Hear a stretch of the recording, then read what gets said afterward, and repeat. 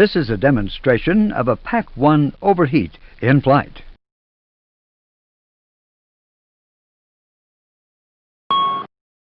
Cancel the master caution.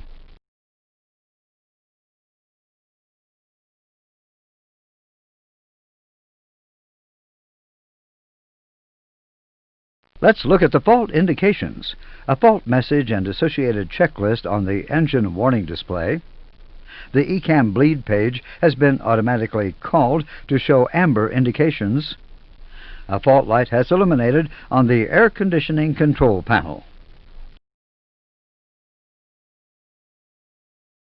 On the EWD, read the title of the failure. Before you begin, notice that the pack flow control valve has closed. This occurred automatically when the overheat was detected to protect the pack from damage. The valve color indication is amber because the valve position disagrees with the switch position. The compressor outlet temperature is also amber because the temperature limit has been exceeded. Notice also that since the pack valve has closed, the supply line from the pack to the mixer unit has turned amber. This happens because there is no airflow from the pack to the mixing unit. Read and perform the ECAM actions. The first step on ECAM directs you to turn off Pack 1.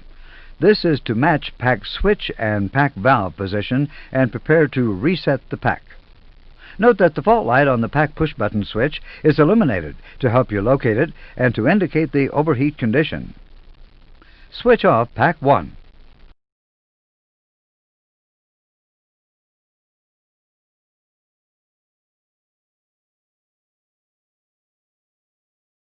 When Pack 1 is turned off, an off light illuminates in the switch and the pack valve indication turns green, showing valve switch agreement.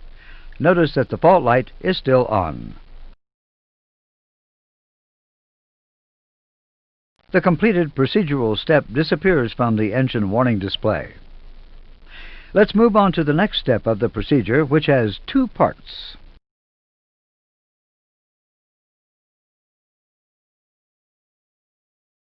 The first part, a condition line, is not an action but an analysis. We are to determine if the pack overheat is out.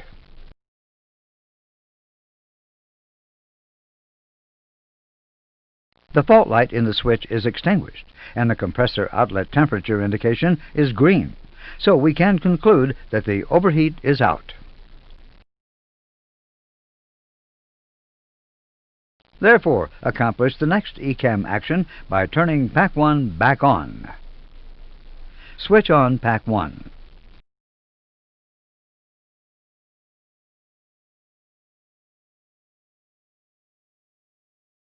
When the pack switch is turned back on, the off light is extinguished. Normal memos replace the failure message on the EWD because the failure condition no longer exists, and the cruise page returns to the system display.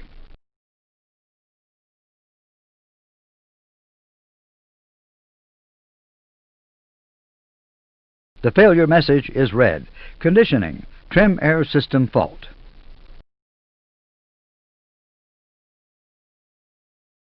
The ECAM procedures are now followed. In the case of a trim air system fault, there is no action required by the crew.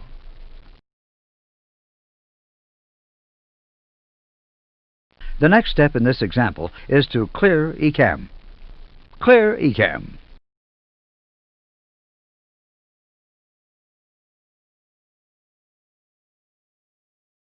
Because this was just a crew awareness and no action was required by the crew, no status page is displayed. The cruise page is now displayed and the clear lights are out. The ECAM procedure for a trim air fault is complete.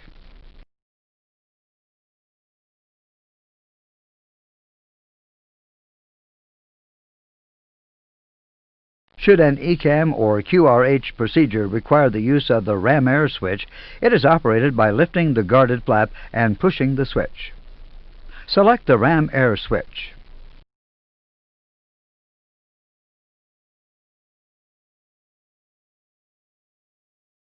An on light illuminates in the switch, the valve will open, and the indication on the ECAM bleed page will change to show this.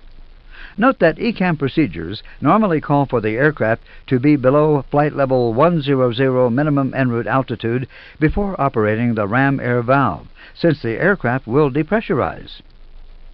Let's look at another abnormal indication.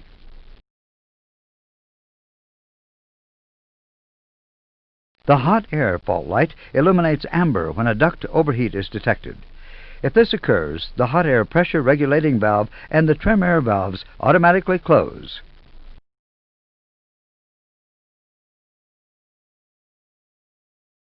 Now let's look at some other abnormal indications associated with the air conditioning system. If a fault in a cabin recirculation fan is detected, the cabin fan indication is displayed in amber.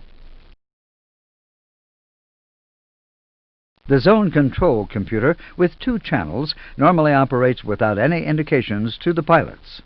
However, should a fault occur, there are backup modes of operation with associated indications.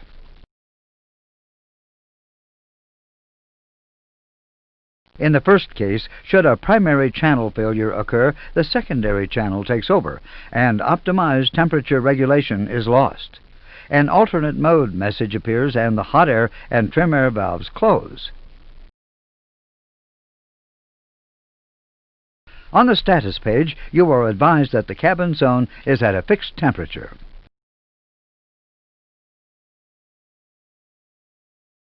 In the second case, if a dual channel failure occurs, there is no zone temperature regulation. The packs deliver a fixed temperature, and the message "Pack Reg" appears on the ECAM condition page. Note also that there are no indications of zone or duct temperature. On the status page, you are advised that the packs are delivering air at a fixed temperature.